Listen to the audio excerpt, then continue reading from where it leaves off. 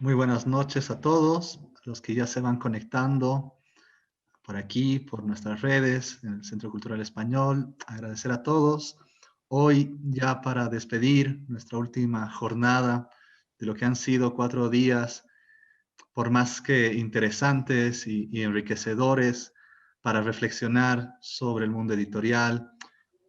Nuestra intención como Centro Cultural de España en La Paz, al momento de contactar a Fernando de la editorial El Cuervo, que es nuestro cómplice para poder presentar estas jornadas, siempre fue la intención de buscar diferentes temas y diferentes actores con diferentes experiencias y enfoques para tener una visión más amplia de lo que es hoy el mundo editorial y lo que estamos afrontando después de la pandemia y de toda la crisis sanitaria que hemos vivido y el parón que inevitable ha sufrido la cultura como ha pasado en todo el planeta con diferentes otras áreas y rubros.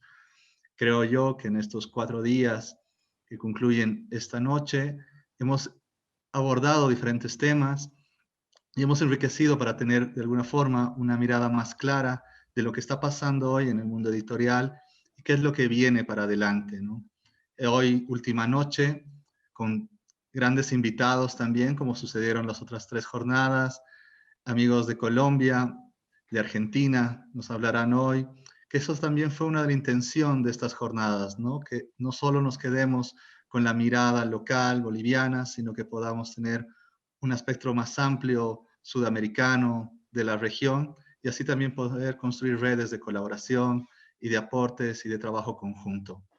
Quiero pasar la palabra a Fernando, quien es nuestro moderador, y para que podamos iniciar esas jornadas, sin antes decirles que nuestras actividades como Centro Cultural continúan en el marco de celebrar el Día Internacional del Libro. Mañana iniciamos nuestro seminario internacional en homenaje a los 100 años del autor Óscar Alfaro. Inicia a las 6 de la tarde, igual por nuestras redes sociales, y quedan todos invitados. Sin más, Fernando, te cedo la palabra para que podamos dar inicio a esta que es nuestra última jornada de reflexiones editoriales, el libro de la nueva normalidad. Buenas noches, nuevamente bienvenidos a esta última sesión de estas jornadas auspiciadas por el Centro Cultural de España en La Paz. Y bueno, como decía Miguel, estamos muy contentos de haber logrado organizar este ciclo que me parece que nos va a ser muy útil para todos, porque esos espacios de reflexión nos permiten pensar en voz alta y escuchar a otros con sus experiencias y aprender, por supuesto. Eh, Esta sí es nuestra última jornada y está centrada en los ebooks y en los audiolibros, para preguntarnos hacia dónde va el presente de la edición. Durante el confinamiento del año pasado, todas y todos nos hemos visto obligados a intensificar nuestra actividad digital.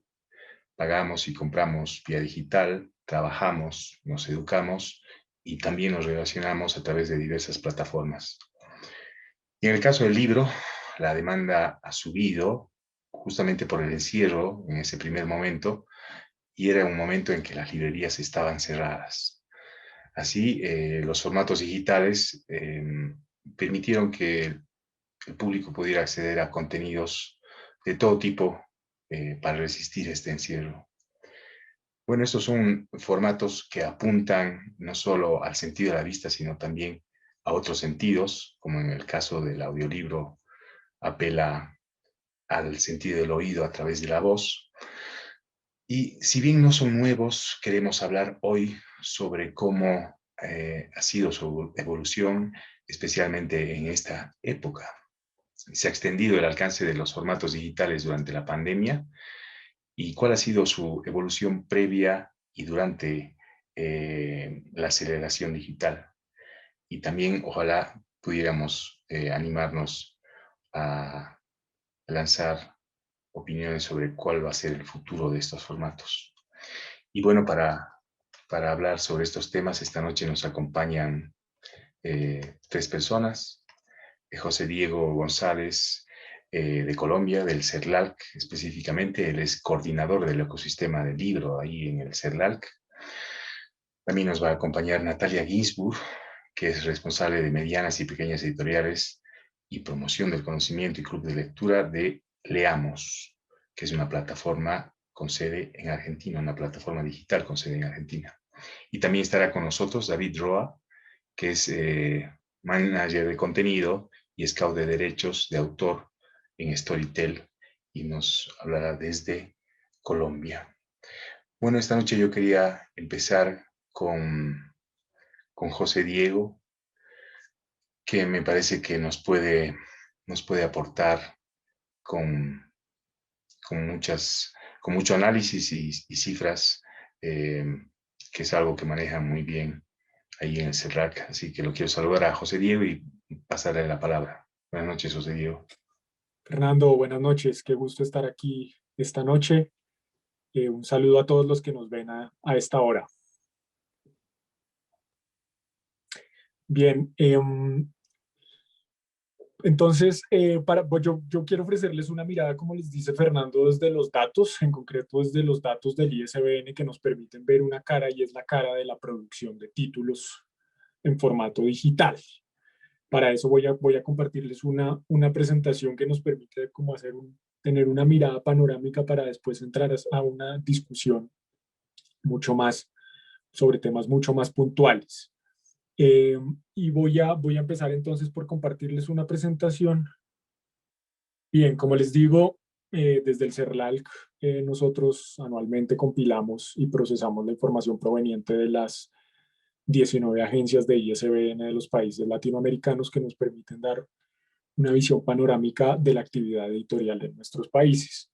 Es importante señalar, y esto seguramente lo saben ustedes, pero no sobra aclararlo nuevamente, que los ISBNs no equivalen a títulos únicos publicados, y adicionalmente que los ISBNs hablan de un universo muchísimo más grande que la edición, digamos que la actividad editorial de las empresas editoriales propiamente dichas, y que ahí entran muchos otros actores que publican libros que no necesariamente van al mercado. En todo caso, creo que nos permite como les digo, una mirada interesante desde el punto de vista sobre todo de la producción, no tanto desde el consumo y de las ventas, pero en todo caso creo que vale la pena ver qué nos dicen esos datos.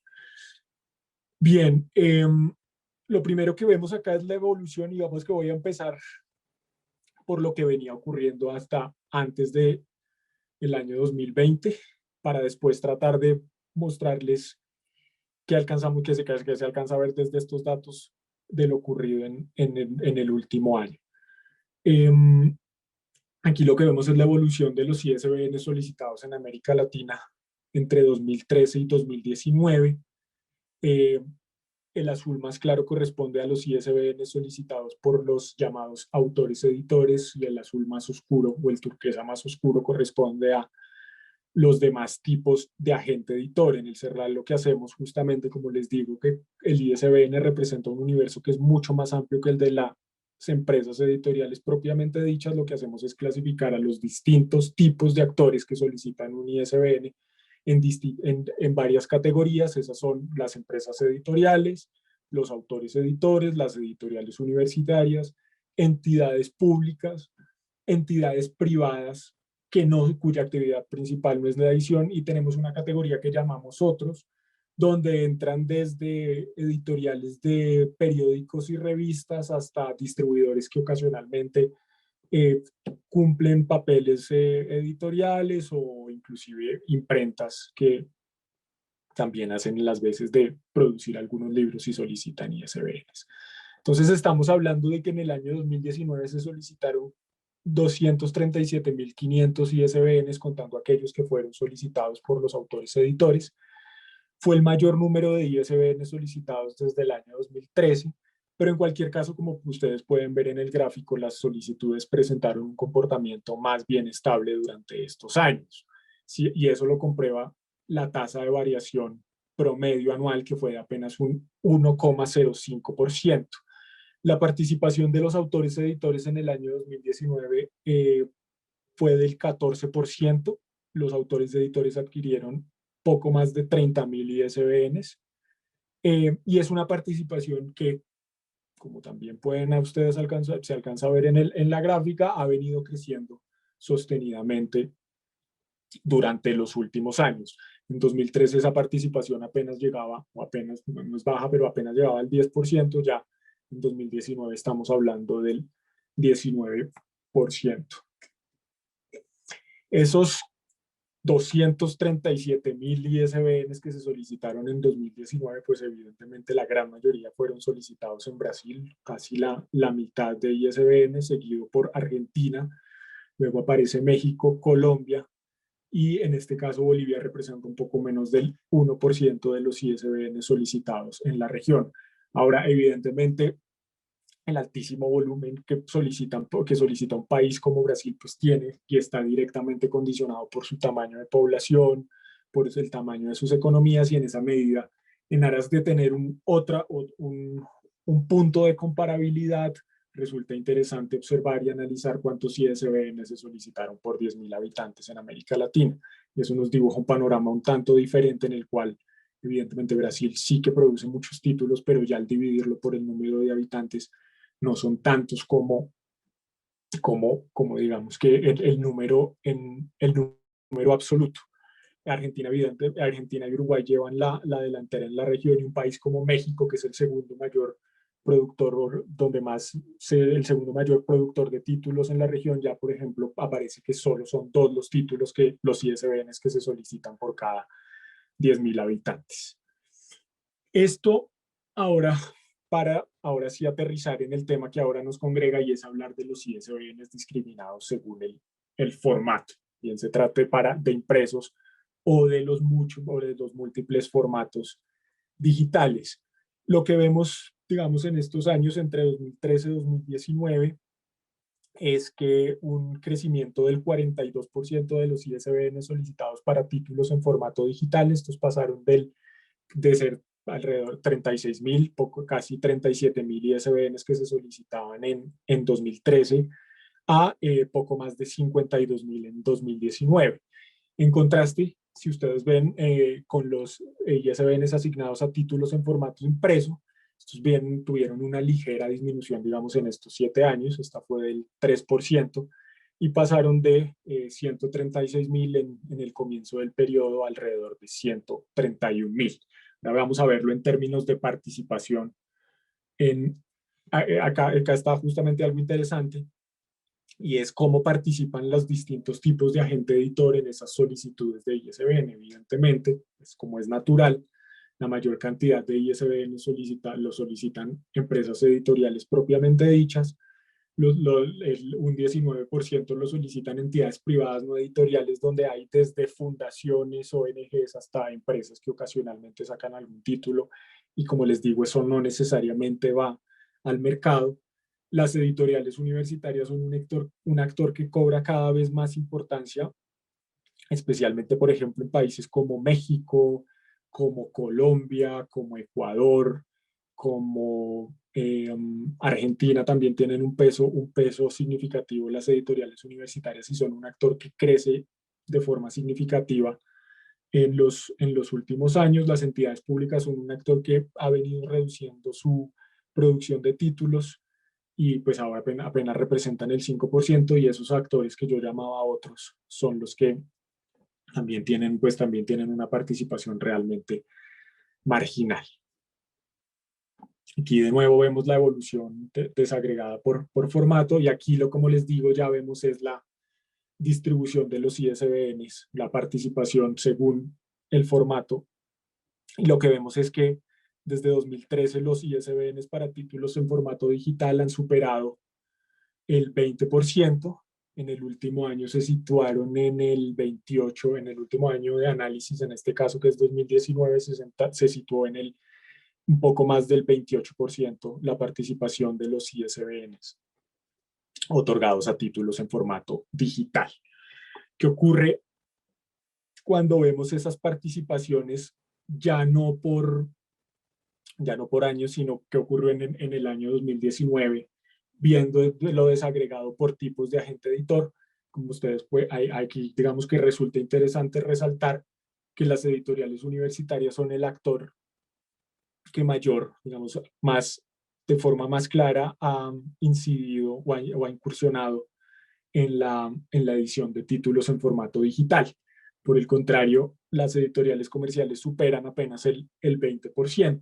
Ahora, si uno se fuera a ver en detalle de qué tipo de formatos estamos hablando cuando hablamos de formatos digitales, lo que uno se encuentra, aun cuando la información en ese sentido, digamos que es bastante incompleta e impide llegar a conclusiones pues muy, muy ciertas, pero en todo caso lo que uno sí se encuentra es que en muchos casos lo que sigue predominando es sobre todo el formato PDF y compartido, digamos, el otro formato de preferencia es el EPUB, pero el PDF sigue pesando mucho cuando hablamos de formatos, de títulos en formato digital.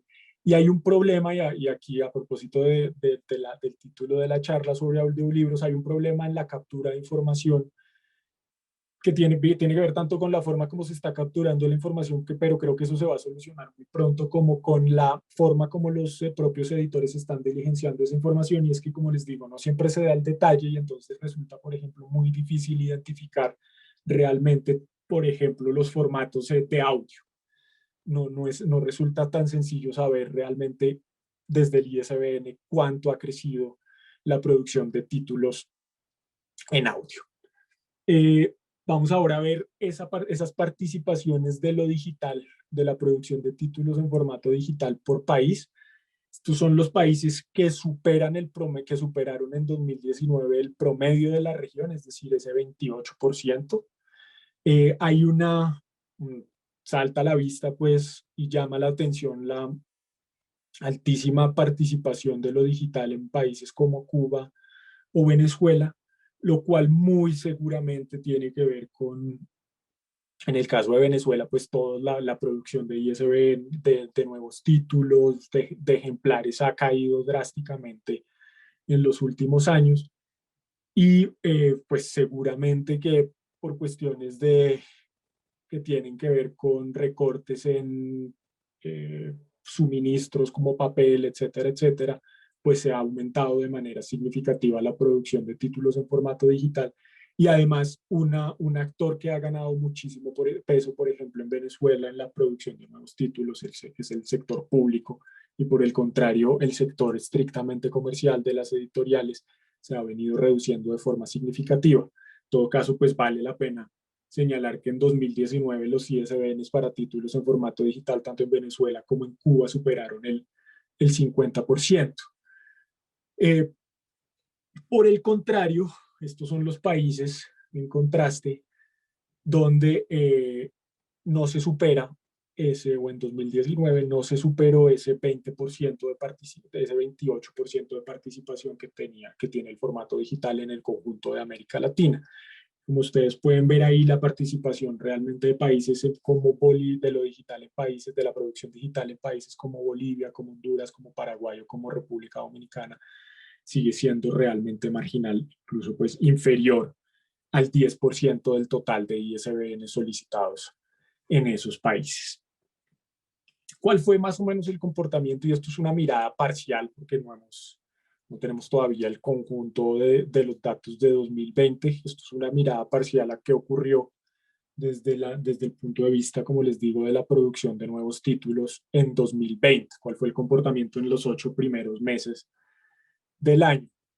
Porque una de las primeras cosas que se empezó a señalar cuando todo esto estalló y cuando empezaron a ver todas estas medidas de control para controlar la propagación, lo primero que muchos editores dijeron es: se alteraron nuestros planes editoriales. Y sí que, digamos que el comportamiento de los ISBNs muestra de alguna manera que eso ocurrió.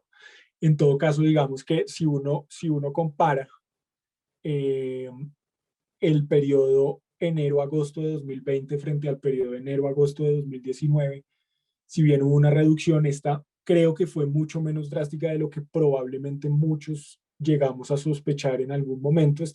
Se redujeron las solicitudes de ISBN en todos los países de América Latina, sumando todos los países de América Latina, en un 10%. En los meses donde hubo una mayor reducción por razones creo que obvias, que fue fueron los meses más duros de restricciones en el grueso de los países latinoamericanos, fueron abril y mayo. Como pueden ver ustedes ahí, las solicitudes de ISBN se redujeron el 18% en abril y el 16% en el mes de mayo. Pero ya en junio empieza a haber tanto en junio como en julio empieza a haber una reactivación, en agosto vuelven a caer, pero no es tan drástica la caída como se dio en los meses de abril y de mayo. Hay que señalar, y de nuevo para aterrizar las cosas en el tema que ahora nos convoca, que es la digitalización, que con respecto a 2019 las solicitudes de ISBN para títulos en formato impreso se contrajeron el 25%, y en contraste los ISBN solicitados para títulos en formato digital aumentaron un 31%, lo que de alguna manera viene a señalar o que seguramente los editores frente a la situación empezaron, por ejemplo, a digitalizar sus catálogos, algunos títulos de sus catálogos, títulos que se publicaron este año solo en digital y que después seguramente serán publicados en impreso. Vemos que pudieron ser algunas de las cosas que pasaron ahí. Y sí que resulta interesante ver cómo en algunos meses del año la participación de las solicitudes de ISBN para títulos en formato digital, la participación fue bastante significativa. Y si uno lo contrasta con lo ocurrido en 2019, pues resulta aún más claro. Por ejemplo, pueden ustedes ver ahí que en meses como mayo, inclusive desde el propio mes de abril, mayo, junio, julio, la participación de los ISBNs en formato digital superó claramente el 40%, mientras que en 2019, en esos mismos meses, apenas se situaba en el 25% o algo así por el estilo, como les digo. Entonces, de alguna manera, sí que los datos aquí reflejan seguramente esfuerzos de editores en torno a la digitalización. Como les digo, esto es una cara de la moneda, que es la de la producción, no tanto, y seguramente creo que los otros dos invitados tienen mucho más esa mirada desde cómo se comportó el consumo y las ventas, así que yo dejo acá para que después, si quieren, podemos retomar algunos de estos datos en la conversación.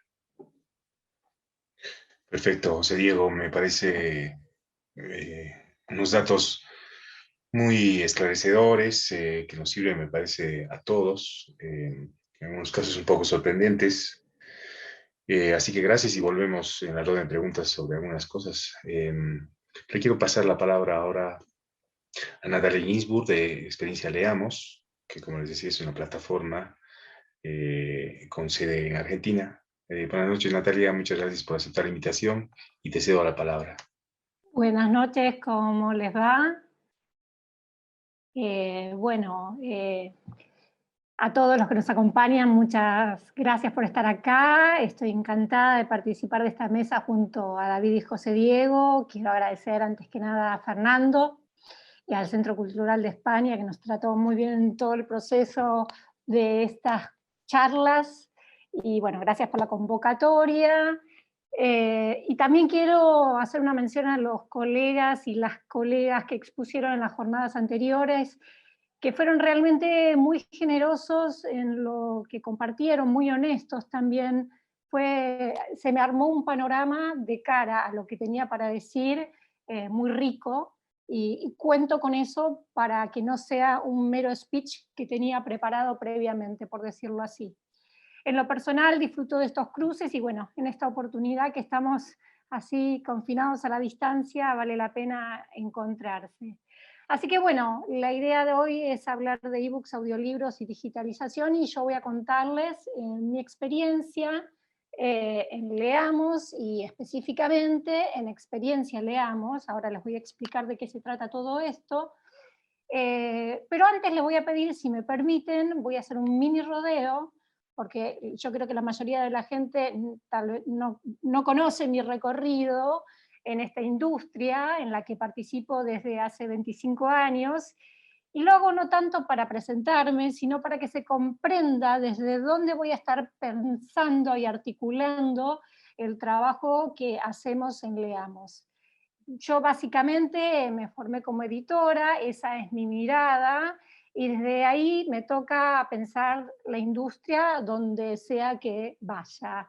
Fue al final de los últimos años que trabajé como directora editorial en Editorial Atlántida, por entonces era parte del grupo Televisa. Yo ya venía inclinándome por nuevos modelos de negocio, estudié transmedia, contenidos, branded content, como se llamaba, y empecé de a poco a darme cuenta que quería pensar los libros no solo desde el catálogo, sino desde el catálogo editorial, sino desde la industria cultural e incluso desde la industria del entretenimiento. Quizá por eso cuando en abril de 2020, es decir, a un mes de comenzar la pandemia, me llegó la propuesta de sumarme a Leamos, que fue ahí justamente, no me sorprendió, me pareció casi una continuidad en ese camino que yo ya venía emprendiendo desde la industria editorial, el core, como se dice, ¿no? Desde las editoriales, los catálogos, el vínculo con autores, bueno, todo lo que ya sabemos, hasta este nuevo desafío que tengo en este trabajo. Y me permitió reunir una de las tantas fibras desde las que se puede pensar la industria.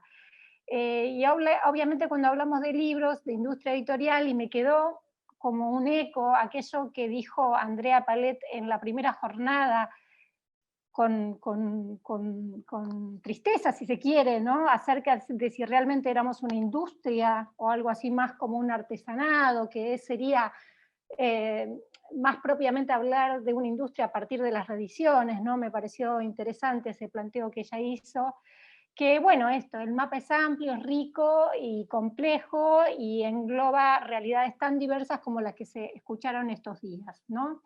En definitiva, doy todo este rodeo porque lo que me interesa hoy compartir no son tanto estadísticas, que por suerte las acaba de aportar el colega, o tampoco estrictamente discutir acerca de formatos y accesibilidad, aunque podemos hacerlo.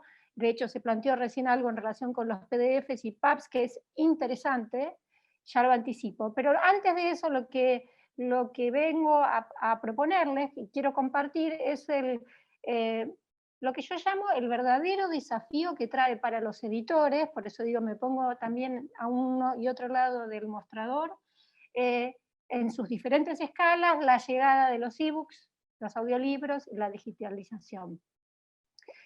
Porque yo diría, digamos, y ya acá voy a avanzar con 3 hipótesis, que queramos o no, estos formatos llegaron para quedarse, nos gusten más o menos, los elijamos más o menos.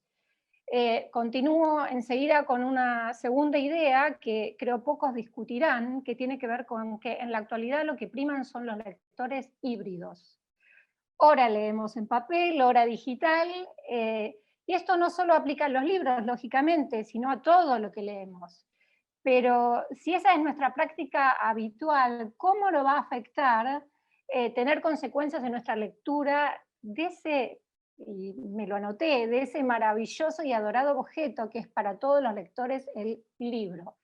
Y propongo acá una tercera idea, y lo hago a modo de genuina inquietud, digamos. ¿Son los lectores los que se resisten a veces a los catálogos digitales, a alternar entre estos nuevos formatos? ¿O son también quizá a veces los editores, en tanto, uno podría decir, guardianes de esa tradición que son los libros, los que se resisten? Nos resistimos, me permito incluirme ahí, a tal cambio. Entonces voy a dejar flotando y abiertas estas preguntas para pasar ya en concreto a contarles cuál fue la experiencia de Leamos y experiencia Leamos durante el 2020 y lo que va de 2021. Bueno, en principio, Leamos es una plataforma de lectura por suscripción.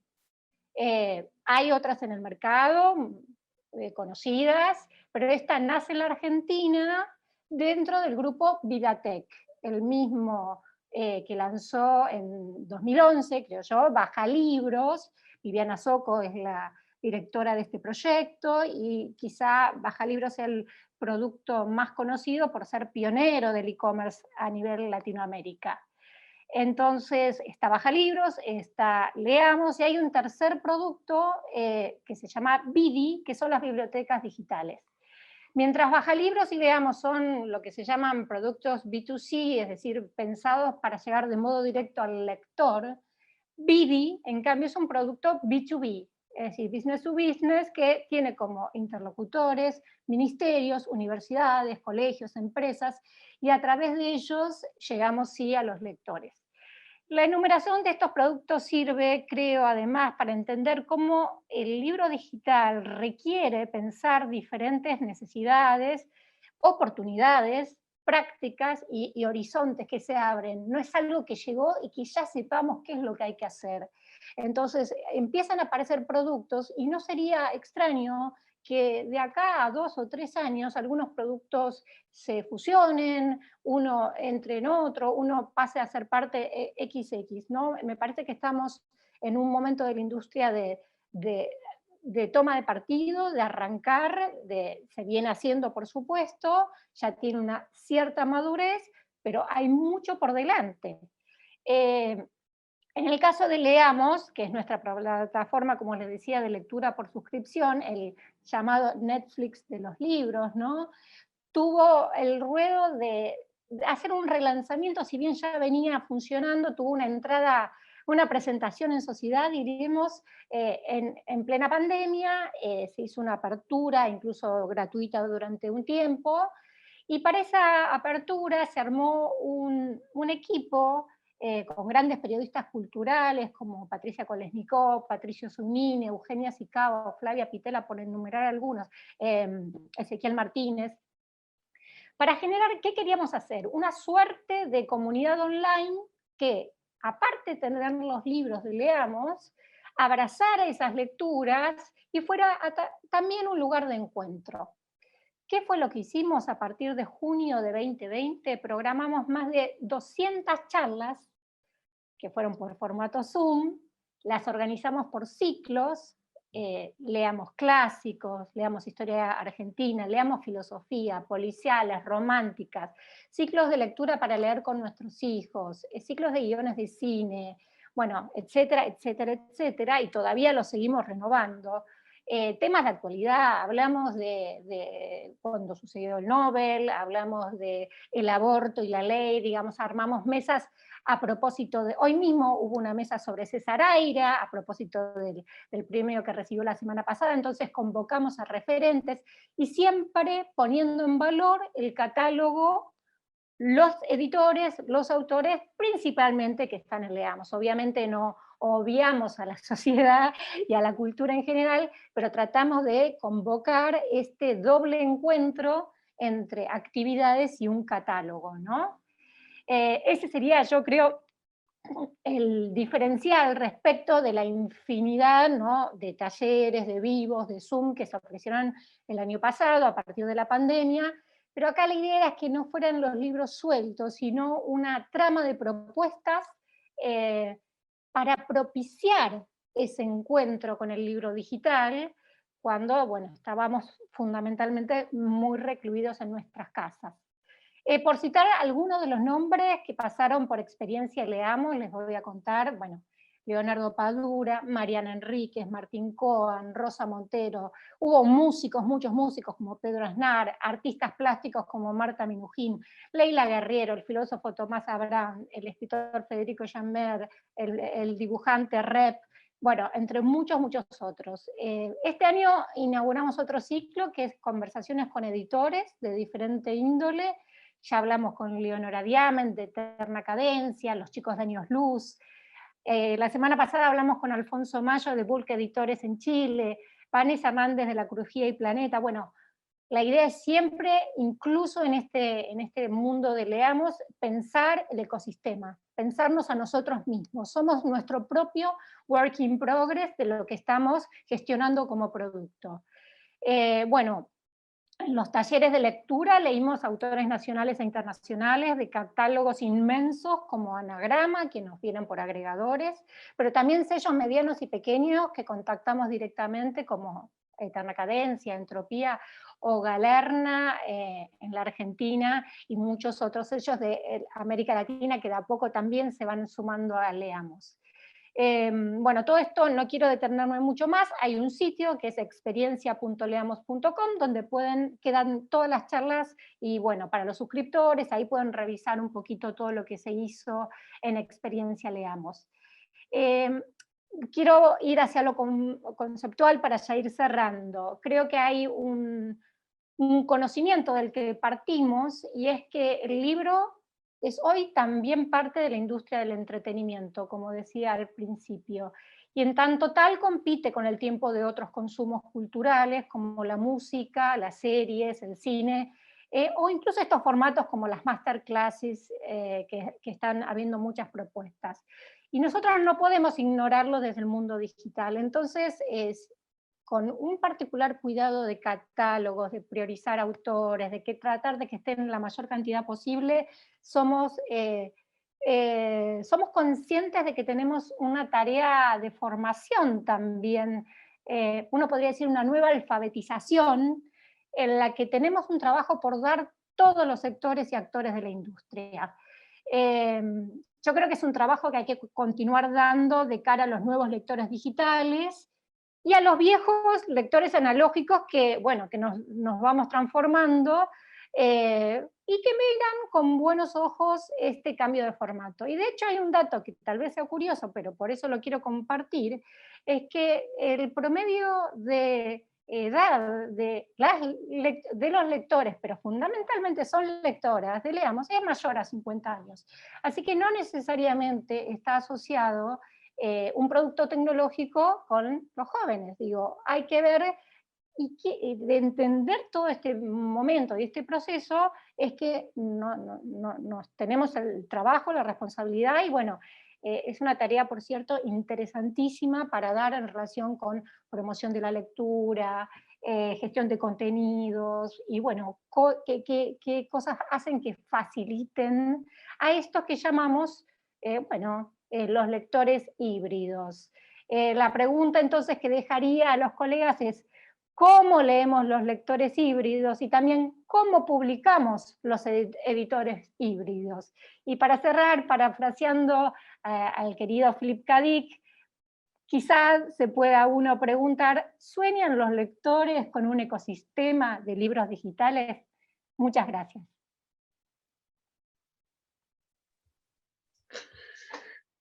Gracias a ti, Natalia.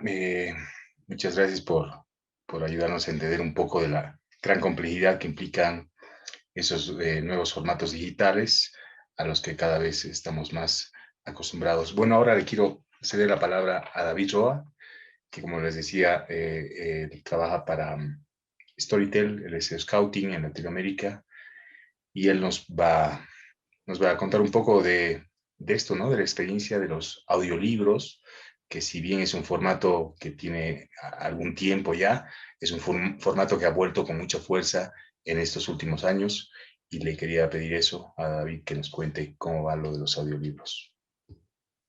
Buenas noches, les quiero primero preguntar si me oyen bien y después quisiera agradecerles la invitación para charlar un rato acá sobre lo que está pasando con la edición digital en nuestros países y en nuestra lengua.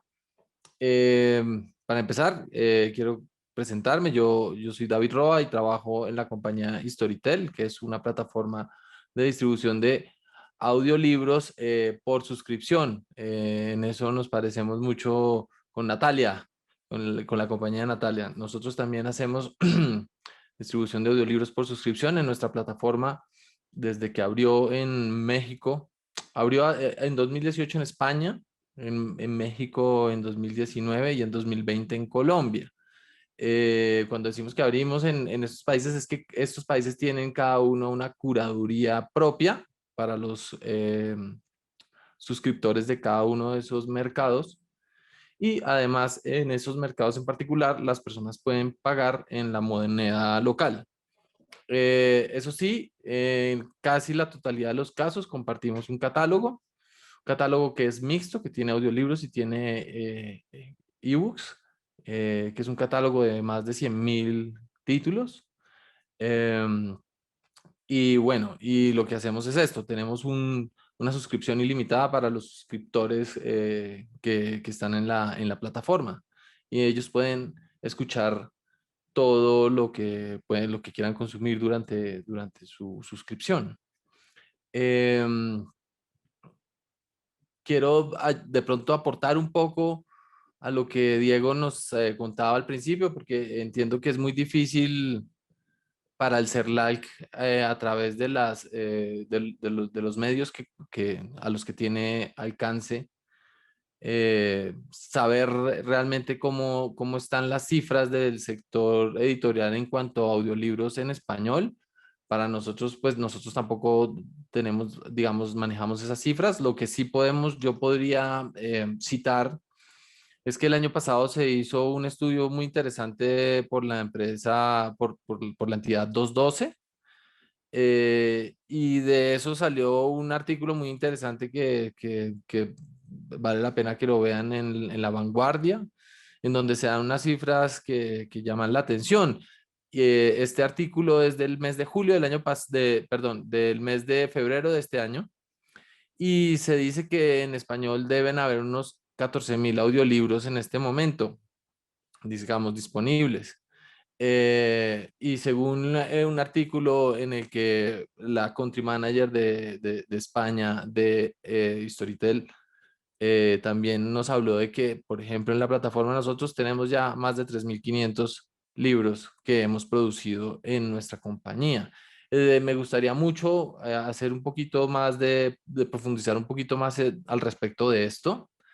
Y es que la compañía ha tenido como una labor muy importante de, de licenciamiento de derechos con las editoriales latinoamericanas, y muy particularmente debemos resaltar que la compañía ha estado produciendo los audiolibros de editoriales independientes y de las más prestigiosas editoriales independientes de Latinoamérica, que tiene una gran labor editorial y tiene unos catálogos muy valiosos. La compañía ha tratado de producir estos audiolibros y digamos que es uno de los jugadores importantes en el ecosistema de audiolibros en español en términos de producción editorial. La plataforma, digamos que la plataforma es uno de los grandes aportantes con promedio de unos 1.000 títulos al año. De títulos en español, lo que es muy importante en el proceso que creo que estamos en este momento de creación de un público de este nuevo formato, del formato audio, y que según las cifras, porque digamos, es un sector que venía creciendo del 20-30% anual, ha sido muy receptivo ese público a este formato y tiene un crecimiento muy, muy bueno, ¿no? Muy significativo. Yo creo que al igual que pasó con el ebook en sus comienzos, había, digamos, desde el sector editorial, y hay en algunos casos todavía, cierta cierta actitud reacia a los formatos digitales, pero yo creo que eso cada vez está superándose más. Digamos que hay cierta actitud conservadora respecto a los conceptos de lo que es la lectura, el libro y la labor editorial. Pero yo creo que eso ha ido cambiando, y yo creo que el sector editorial latinoamericano estaba en deuda de hacer una reflexión respecto a esto y tomar unas medidas, y creo que la pandemia de alguna manera ha sido positivo, tiene un aspecto positivo, y es que ha puesto a todo el sector editorial latinoamericano, en general a todo el sector editorial supongo, pero digamos que había otros mercados y otras lenguas que nos llevan ventaja, a reflexionar sobre nuevas formas digamos, de distribuir el libro. Y los formatos digitales tienen muchísimas ventajas en ese sentido, y que son muy valiosas, creo, para el sector editorial en este momento.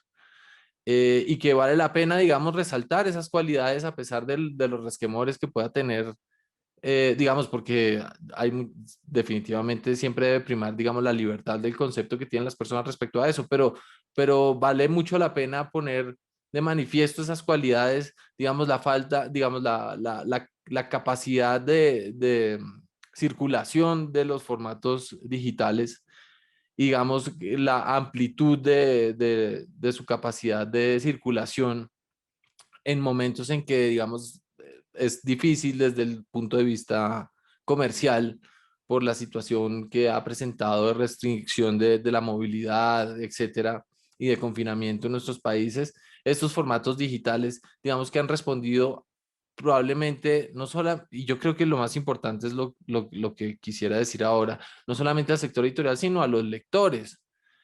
Muchas veces las ideas preconcebidas que pueda tener el editor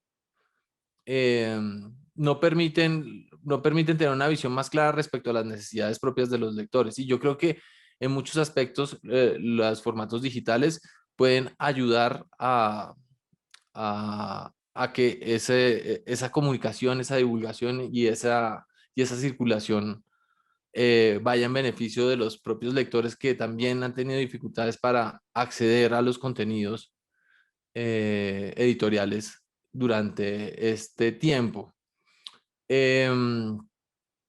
Por otra parte, quisiera hablar también de una proporción que reseña y que me parece muy interesante y que solamente la nombro a modo de informativo, para que lo tengamos, digamos, sobre la mesa. Digamos que hay dos modalidades sobre la distribución de los audiolibros principalmente, y es una por descarga unitaria y la otra por suscripción. Pero el mercado latinoamericano y el mercado en español, digamos que se ha desarrollado, ese público se ha desarrollado mayoritariamente en los modelos de suscripción, y más del 80% de audiolibros, según el mismo artículo de La Vanguardia, se escucha en plataformas de suscripción y el resto se hace por venta unitaria. Y esto me parece que es muy significativo a la hora de que los editores decidan, digamos, que de pronto piensen restringir la circulación de sus publicaciones a uno u otro formato. Yo creo que lo más saludable es permitir que las publicaciones estén en todos los formatos y no restringir ninguno de los dos. Y lo digo todo esto a raíz de las controversias que se han dado, que muchas parten de muchos prejuicios que no son ciertos, me parece a mí, y que de todas formas en un mercado que tiene una participación tan amplia del consumo por suscripción, es importante no restarle la capacidad a las publicaciones de tener una difusión más amplia.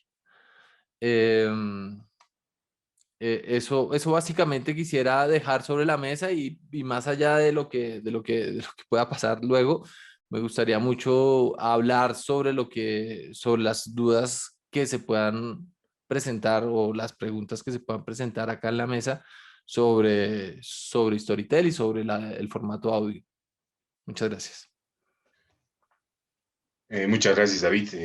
Muy ilustrativa tu intervención. Me parece, yo mismo siendo un editor independiente, me parece que sí hay una resistencia que se ha vencido un poco, como decían el año pasado, porque en mi propia experiencia veníamos ebooks, por ejemplo, en diversas plataformas desde hace varios años, tal vez desde el 2011.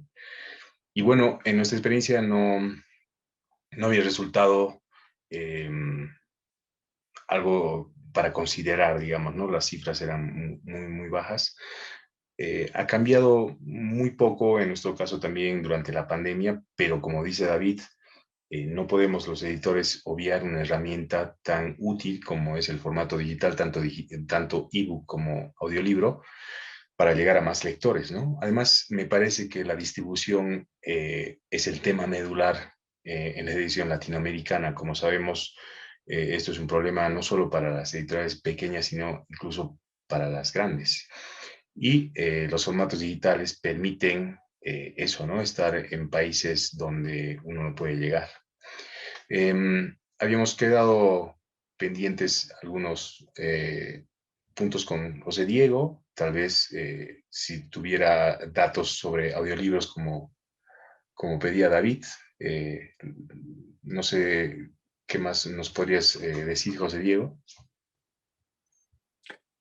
No, como les decía, al menos desde el ISBN resulta muy difícil realmente identificar en detalle el crecimiento puntual de la producción de audiolibros, pero estoy seguro de que como señalaba hoy, ese catálogo de audiolibros en español ha crecido de forma significativa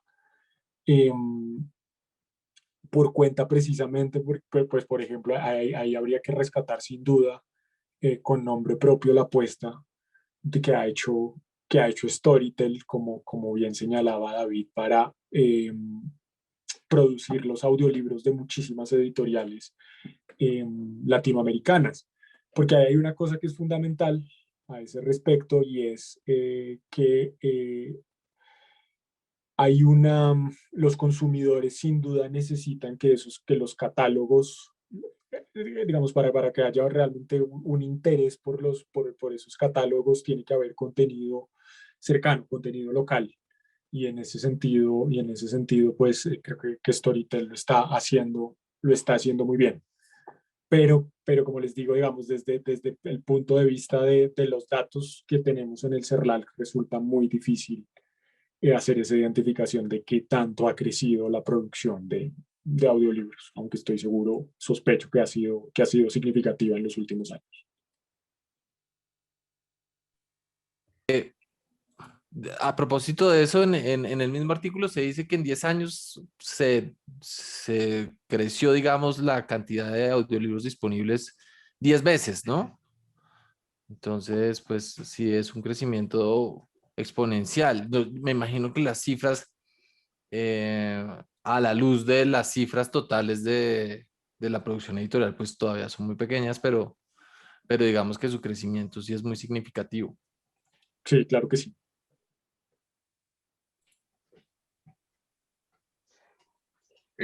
Yo tengo como una hipótesis ahí muy arbitraria tal vez, que es que no sé, que Latinoamérica tiende a ser un continente oral, ¿no? Por nuestra cultura misma tendemos al oral, en algunos países más que en otros, y eso develaría una potencialidad, ¿no? En el formato audiolibro en nuestros países. ¿Qué opinas de eso, David? No, yo coincido totalmente con tu reflexión, me parece que tiene todo el sentido y me parece que además es una oportunidad en general para el sector editorial y para la literatura en particular. Y sí, para la labor del escritor y para el libro como concepto y como producto. En el sentido de que o sea, yo creo que tal vez hay algunos estudios, en alguna parte he leído también que probablemente la mitad de los usuarios de audiolibros no leen libros impresos, pero que una vez han encontrado, digamos, ese discurso dentro de las plataformas o, bueno, en fin, han tenido contacto con este género y en este formato, son mucho más susceptibles a empezar a consumir libros en otras, digamos, en otros formatos, impresos, en ebook, etcétera, a leer. Digamos, porque se abre todo un universo para ellos de información y conocimiento como una posibilidad vital. Entonces yo creo que es muy importante el audiolibro en ese sentido también. Ha sido muy importante el audiolibro porque el audiolibro está creando unos nuevos públicos no había habido forma de abrir esa brecha y el audiolibro está abriéndola. Entonces, en ese sentido, y digamos, esta vocación a la oralidad latinoamericana ayuda muchísimo también en ese sentido. Natalia, habías lanzado una pregunta interesante ahí sobre cómo editamos los editores híbridos y cómo leemos los lectores híbridos en esta época, así que me encantaría que desarrolles eso. Era una pregunta para retomar el año que viene. Bueno, no, yo lo que les puedo contar un poco, porque en las empresas a veces hacemos muchas tareas, ¿no? Entonces, no tanto por contar la cocina, que no hay ningún problema, pero a mí me toca, lo comentabas en mi perfil, estar a cargo de la convocatoria a los editores, ¿no? Entonces yo voy a buscar, sobre todo pequeños, lo tenemos dividido, y yo me encargo de los pequeños y medianos editores en América Latina. Y es fruto de esas conversaciones que tengo con ellos que voy sacando estas hipótesis, no es que las saco de ni de la televisión ni de la almohada, ¿no? Son conversaciones una tras otra, como hemos tenido con Fernando incluso, ¿no? Algún momento, que van surgiendo de dónde están esas resistencias, dónde está, a ver, así como el lector analógico o del libro papel está acostumbrado a ese vínculo con el librero, con el bibliotecario, ¿no? Los préstamos, etcétera, etcétera, por eso decía lo de alfabetización, hay que construir ese vínculo, ese nuevo modo de conectarse con el libro. Les cuento una experiencia que tuvimos hoy también en Experiencia Leamos. Fue una tarde entretenida. Hoy contamos la experiencia de un autor chileno, Ricardo Elías, que publicó una novela, A la cárcel, publicada por Alto Pogo, editor argentino Marcos Almada, que fue leída en los secundarios o el bachillerato de México. ¿Cómo sucedió eso? Durante la última FIL presencial, digamos, Elías y Marcos Almada habían ido a la feria y, fruto de las actividades extracurriculares, digamos, que hacen, tomaron contacto con esta docente de México, y a partir de ahí surgió la idea de, cuando el colegio tuvo que elegir una novela, eligió A la cárcel. Eso terminó un año después, un año y pico después, generando la lectura durante todo el año, de todo el quinto año, que nos comentó la docente, 200 o 300 alumnos que adoptaron lo que se llama una adopción literaria, ¿sí?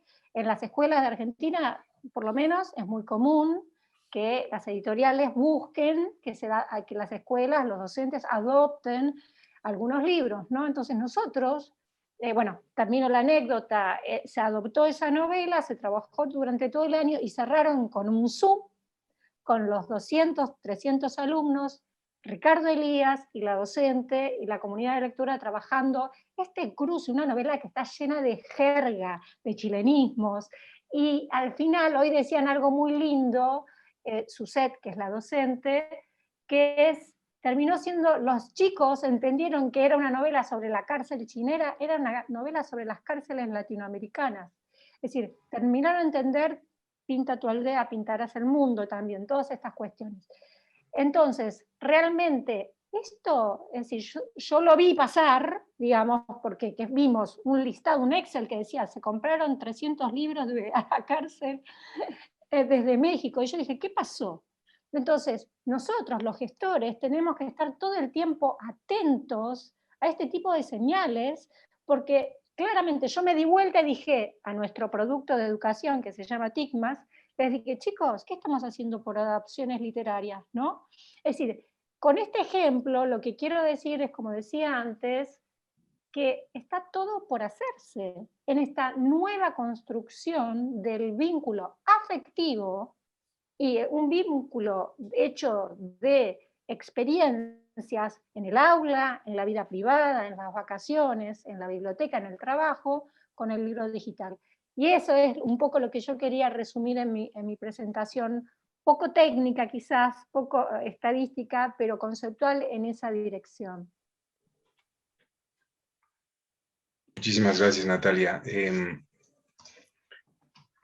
Cuando José Diego, mostrabas las cifras, que son, como decía, muy ilustradoras de lo que ha pasado el año pasado, bueno, hay ciertos países que tienen más tendencia a digitalización que otras, y de eso quería que hagas un breve análisis, porque me parece que más allá de las condiciones sociales o políticas o económicas de esos países, hay un cierto contexto del sector editorial específico en esos países que me parece que tiene que ver para que su digitalización sea baja. Entonces vos sí podrías explicarlo un poco con mayor profundidad, José Diego. Sí, yo apuntaría sobre todo a una cuestión que tiene que ver con la mm, cualificación de los actores del sector en torno a lo digital. Y evidentemente creo, claro, también tendríamos que hacer un análisis del público y de otras condiciones, por ejemplo, mucho más estructurales como puede ser conectividad, etcétera, etcétera, etcétera.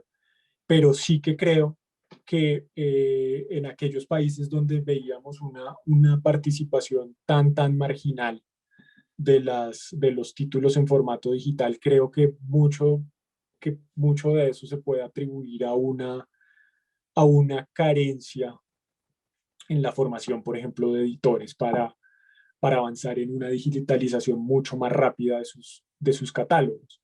Y en ese sentido sí que pueden ser, pues resultan fundamentales no solo los esfuerzos que hagan los propios editores, sino que resulta fundamental la acción que pueda adoptarse en algún momento desde la política pública para, por un lado, apoyar esa cualificación y también, por qué no apoyar la digitalización de ciertos catálogos para que ese proceso sea mucho más rápido. Pero creo que tendría que ver muchísimo con eso.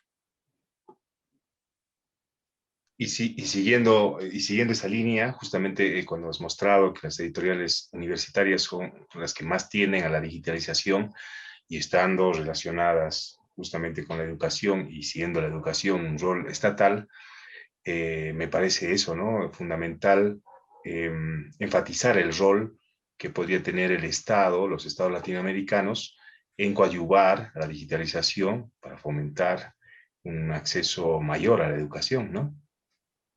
Sí, sin duda, sin duda. Creo que ahí la política pública juega un papel fundamental para impulsar y consolidar ese tipo de procesos. Es decir, como señalo, creo que hay una necesidad grande de formación en ese aspecto. En muchos otros, pero ese es uno de los muchos donde se requiere de la incidencia de la acción pública. Excelente. David, mucha gente que no se ha acercado todavía a un audiolibro puede tener el prejuicio que no es un libro, ¿no? Que es otra cosa, más parecido a la radio, por ejemplo. Pero en mi propia experiencia, un audiolibro sí es un libro y es una experiencia diferente, pero muy placentera. Casi tanto, diría yo, como la lectura. Yo creo que es una cuestión de hábito y quería que nos hables un poco de eso, del prejuicio que debe vencer el lector común frente al audiolibro.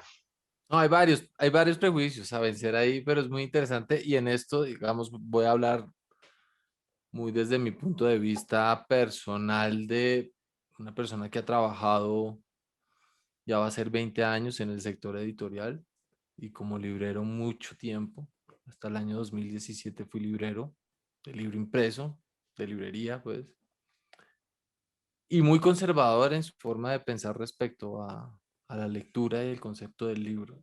Entonces, pero vueltas da la vida y tú empiezas a considerar otro tipo de cosas. Entonces, primero ese, ¿no? Digamos, el concepto muy conservador de lo que es un libro. Ese es uno de los prejuicios a vencer en toda la cadena, digamos, de circulación del libro, desde el propio escritor hasta los lectores. Por supuesto, digo, en particular cierto tipo de editor, hasta cierto tipo de escritor, hasta cierto tipo de lector. Y entonces, un ejemplo que puedo dar lo voy a contar con una anécdota. En el lanzamiento de la compañía acá en Colombia, se hizo un lanzamiento al que se invitaron dos escritores. Uno de los dos escritores decía que le chocaba mucho oír el audiolibro, o sea, como que le afectaba como escritor oírlo en otra voz, en otro ritmo, en otra cosa que no era el que sonaba en su cabeza, por supuesto, que era, digamos, era muy agresivo para él de alguna manera, ¿no? Como muy violento interiormente, digamos, ese proceso que está sucediendo, que, bueno, y el otro escritor, en cambio, como que entendía perfectamente que eso era natural, es decir, decía, yo después de que escribo el libro se va fuera de mí y yo no tengo ni idea cómo van a ser los procesos de lectura que sucedan con ese libro. Y de eso a mí se me ocurre una reflexión muy interesante. El audiolibro, digamos, el libro tiene un proceso, digamos, de percepción muy interesante digamos, dentro del ser humano. Leer es un proceso muy interesante en lo psíquico y en lo espiritual, etcétera, ¿no? Pero digamos, en lo perceptivo, específicamente cuando uno lee un libro, uno digamos que traduce esas palabras para que suenen dentro de su cabeza, ¿no? Y suenan con la voz que uno les ponga y con la cadencia que uno les ponga y con el interés que uno les ponga. Y yo que he sido lector y que he sido lector muy juicioso durante muchos años, digamos, ya puede que en este sea mi época más desjuiciada de lector, pero digamos que traté siempre de ser un lector juicioso y digamos que las personas que estamos en el sector editorial, pues solemos ser muy cuidadosos en eso, nos gustan los libros, ¿no? Nos gusta la lectura. Yo sé que la lectura que suena de los libros hermosos, preciosos, Borges, Maupassant, bueno, etcétera, la gran literatura, la gran poesía, lo que suena en mi cabeza debe ser horrible, o sea, debe ser un esperpento, debe ser una cosa, debe ser un crimen contra esas letras, porque ese proceso perceptivo mío, pues yo no creo que sea maravilloso, que la voz que yo le pongo no es la mejor voz posible y la cadencia que yo le pongo probablemente es la más equivocada. Estoy seguro que hay gente que lo tendría mucho mejor, digamos, ese proceso de convertir esas palabras en significado y sonido, ¿no? Que es tan importante, digamos, porque las palabras así no se lean en voz alta, las palabras suenan en nuestra cabeza. Es parte de lo que sucede en ese proceso perceptivo. Y cuando nosotros tenemos un audiolibro, no solamente está toda esa, digamos, toda esa semántica que tiene un texto, porque el texto carga un montón de semántica, ¿no? Un montón de significados están y además plurales, porque eso es la literatura, ¿no? La pluralidad del significante, la sincronía, etc. Y cuando se le añade una voz que tiene, una voz profesional, una voz que tiene capacidad, una voz que entiende el texto, una voz, digamos, yo estoy seguro que no todos los audiolibros en su totalidad son afortunados en ese proceso de convertir eso en sonido, pero la gente que lo hace por lo general es gente profesional en esto, digamos que en mi compañía y en las productoras serias de audiolibros procuramos que esos textos que son valiosos lleguen a voces que son muy buenas, ¿ya? Por ejemplo, hay un narrador en Argentina que es de hecho es el que lee 100 años de soledad en acento neutro para toda Latinoamérica. Es un señor que se llama Gustavo Bonfigli. Yo o sea, lo admiro de tal manera, con tanta profundidad. O sea, me parece un lector tan inteligente, tan bueno, ¿me entienden? Y esto sucede muchas veces con estos textos. Entonces, además de todo el significante que viene en el texto, cuando hay un buen lector, viene más. Se vuelve un texto enriquecido semánticamente. Entonces a mí me parece que en muchos sentidos el audiolibro gana, en muchos sentidos perderá porque el contacto del lector con el texto pues es una cosa muy personal, pero lo es también oír un audiolibro. Pasan un montón de cosas.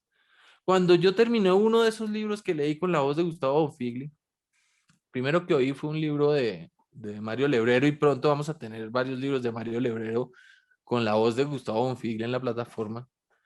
En el momento que yo dejé de oír, cuando se me acabó el libro, fue muy triste para mí porque me acostumbraba a que todos los días esa voz me acompañaba un rato.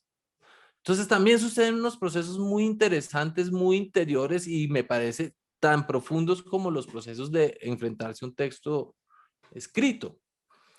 Entonces, yo creo que se gana mucho y son diferentes, realmente son dos procesos diferentes y yo creo que el audiolibro no pretende ser un libro impreso o no pretende ser un libro escrito en letras con las que se enfrenta, digamos, el lector, pero me parece también un producto de la creación humana sumamente rico e interesante y lo he aprendido a valorar así.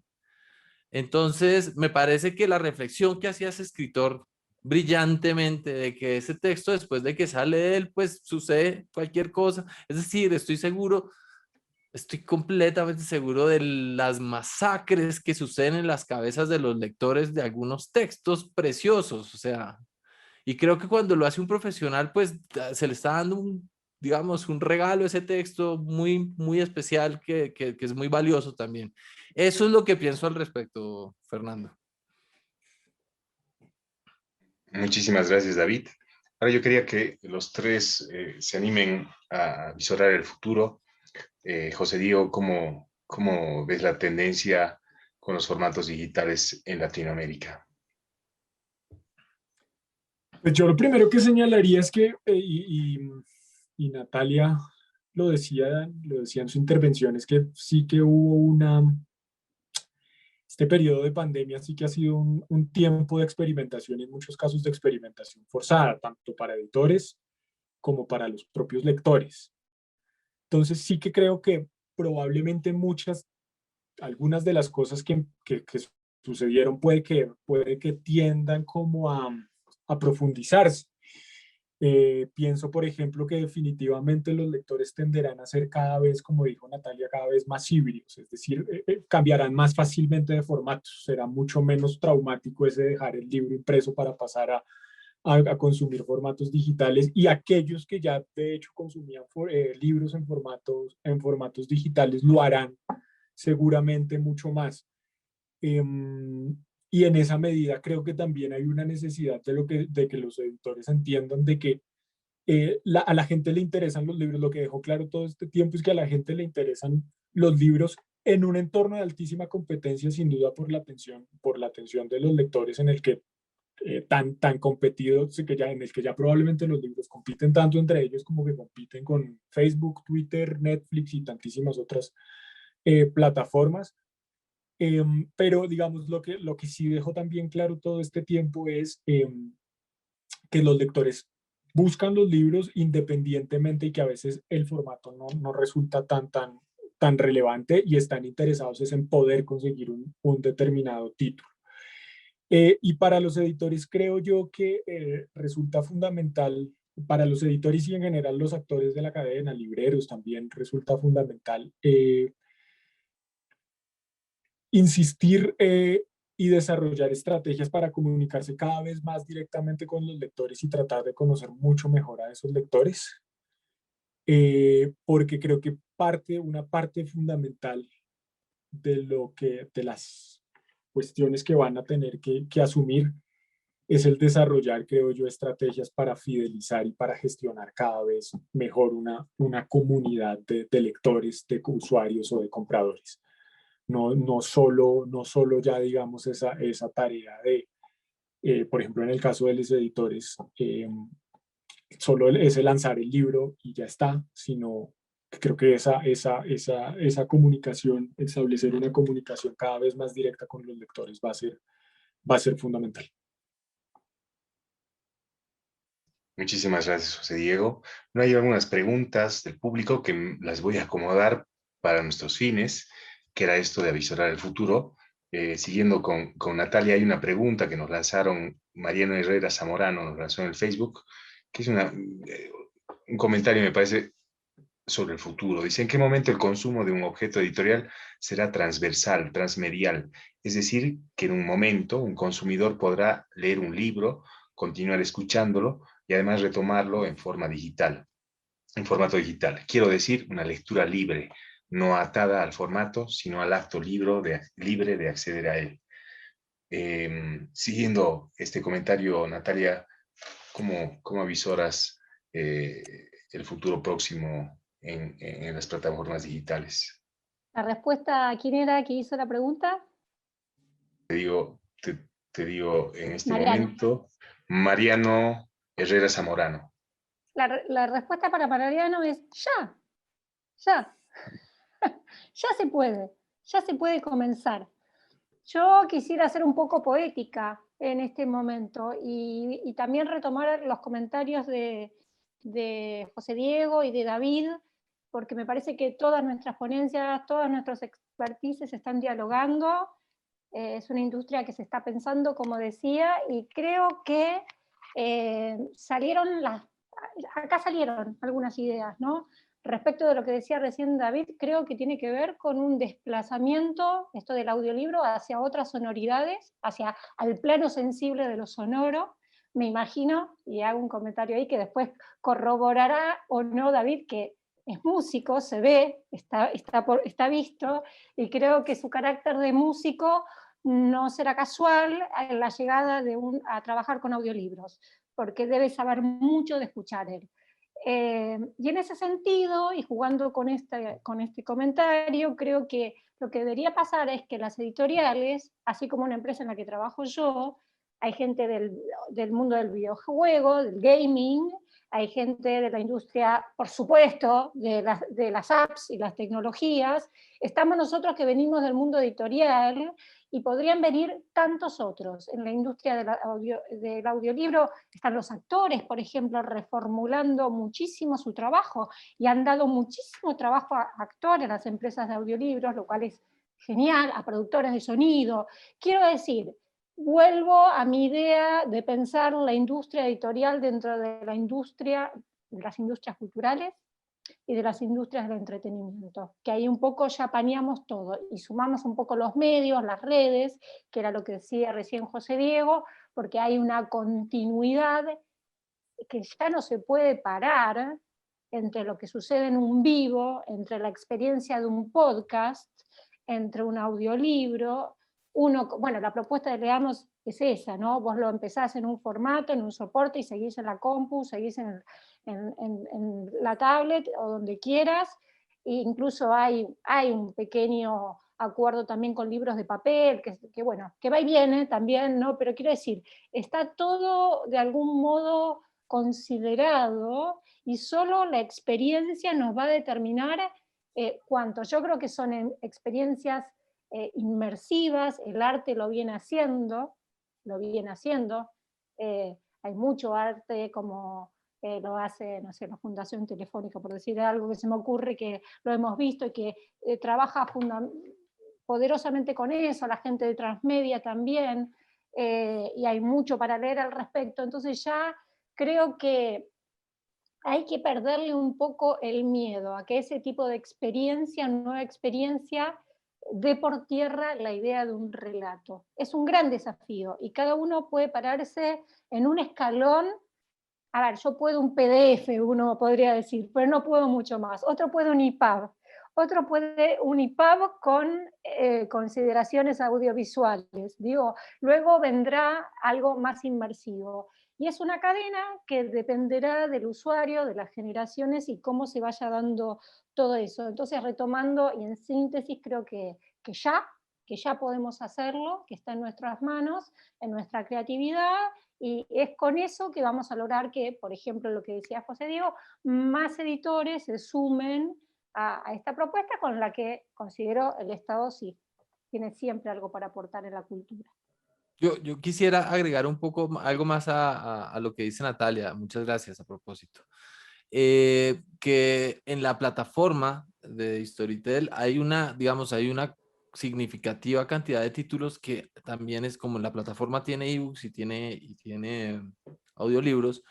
Hay una significativa cantidad de libros, sobre todo, de hecho, pasa mucho con los editores independientes que llegan, digamos, por algunos agregadores, llegan muchas editoriales independientes latinoamericanas en formato EPUB, y nosotros ya tenemos, digamos, por la producción que hemos hecho de estos mismos títulos, tenemos los audiolibros, y nosotros están enlazados. Entonces el usuario en la plataforma puede pasar del EPUB al audio, y del audio al EPUB cuando quiera, y digamos que la plataforma tiene la capacidad de que pasa en el mismo lugar en donde va. Digamos, puede tener una continuidad dentro de su lectura, pasando de un formato a otro en una gran cantidad de títulos que tenemos allí. O sea que ya el ejemplo específico que nos habla Mariano ya es posible dentro de la plataforma. David, acá una pregunta que me parece lanzada para ti desde el Facebook de Verónica Saunero Ward. Dice, interpretar el texto a través de la entonación, cadencia, sí. Y el acento, Sí, ¿no? Yo creo digamos, que va por eso, ¿no? hay muchas variables a considerar. Por ejemplo, el ejemplo que yo di de 100 años de soledad que se grabó en un neutro, funciona muy bien. O sea, cualquier colombiano, yo como colombiano lo vi y digamos el neutro de este narrador es maravilloso. No suena, digamos, a ningún acento específico latinoamericano, pero suena latinoamericano y suena muy bien. Digamos, hay otros textos que pueden llegar a ser muy delicados respecto al acento específico de la región de algunos países y nosotros, en la medida de las posibilidades comerciales, tratamos de...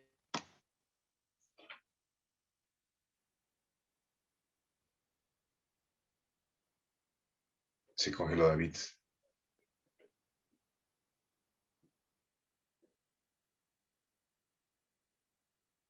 Bueno, se nos congeló la imagen ahí de David. Ahí está, ahí volvió David. Es común que los acentos latinoamericanos no sean de muy buen recibo en los escuchas españoles. No sé por qué, entiendo, parece que hay una anécdota o hay algo histórico respecto a que las traducciones al español llegaban a España hace muchos años, digamos, en traducciones mexicanas, o sea, latinoamericanas. Y después eso se corrigió, empezaron a hacer sus propias traducciones en España, entonces para el español, al parecer, la traducción latinoamericana o el acento latinoamericano suena a una cosa vieja, que es muy raro. Pero digamos, tienen algún rollo. En cambio, los lectores, sobre todo los lectores latinoamericanos, estamos súper acostumbrados, tal vez en países donde hay más tradición, digamos, de traducción propia como Argentina, no tanto, probablemente, me imagino, estoy tirando una idea la que no puedo estar seguro, pero digamos el resto, un país como Colombia que ha leído la literatura universal básicamente traducida en ibérico, pues para nosotros ibérico es como... De hecho, hay algunas regiones en Colombia que creo que hablan más castellano que en Castilla, pues, o sea, en Boyacá, Juan Diego no me dejará mentir, hablan de su merced. Entonces, es decir, no nos choca tanto el ibérico y en Latinoamérica en general no choca tanto el ibérico como allá. Bueno, en fin. El caso es que hay variables comerciales y de circulación del libro que deben tenerse en cuenta, tratando siempre de mantener el espíritu del libro en la medida de las posibilidades. Hay muchísimos títulos producidos por la plataforma que están en acento nacional o están en acento particular de alguna región de estas naciones. Los hay y son unas producciones maravillosas. De hecho, hay uno que se llama Las 19 Enaguas, que está escrito en un cundiboyacense, o sea, la región de donde somos nosotros, acá Juan Diego no me deja mentir, del siglo XIX, o sea, es como un acento campesino de la región central Colombia. Hay un audiolibro hecho en este acento, digamos, cuidando porque esta obra, digamos que todo el rollo de esta obra, digamos, su puntuación estaba hecha en ese sentido, entonces había que respetar el texto a ese punto. Pero digamos, hay otros libros que no piden tanto. Entonces, hay muchas variables, depende del texto. Digamos, un libro de autoayuda o un libro de divulgación histórica o un libro de finanzas, pues la verdad es que entre más neutro de Univisión sea, mejor comercialmente para este libro. ¿Estamos? Entonces, hay muchas variables para decidir eso, siempre buscando que el libro tenga el público más amplio posible y que respete digamos, su naturaleza en lo más que se pueda. Ese es el tema. Bueno, no sé si quieren aportar con algo más antes de despedirnos. Les dejo libre el micrófono. Agradecer la invitación. Sí, me uno a esa invitación. Muchas gracias, Fernando. De verdad que ha sido un gusto estar acá y en tan buena compañía, además. Un placer, igualmente. No, el agradecido soy yo y el Centro Cultural de España, que ha sido el impulsor de estas jornadas. Les quiero agradecer a ti, José Diego, a ti, Natalia, a ti, David, por sus grandes aportes esta noche. Me parece que son insumos muy útiles para todos. Nos hemos sacado prejuicios, hemos tratado también de avisorar un poco las tendencias y el futuro. Les quiero agradecer muchísimo. Han sido 4 jornadas con gente muy conocedora de lo que hace, que nos ha aportado análisis y datos muy valiosos que esperamos que puedan ser útiles para los editores y para todos los involucrados en el sector editorial. Así que de nuevo, muchas gracias y gracias por supuesto a toda la gente que nos ha mirado estos 4 días. Así que gracias, buenas noches, que sigan bien. Chao.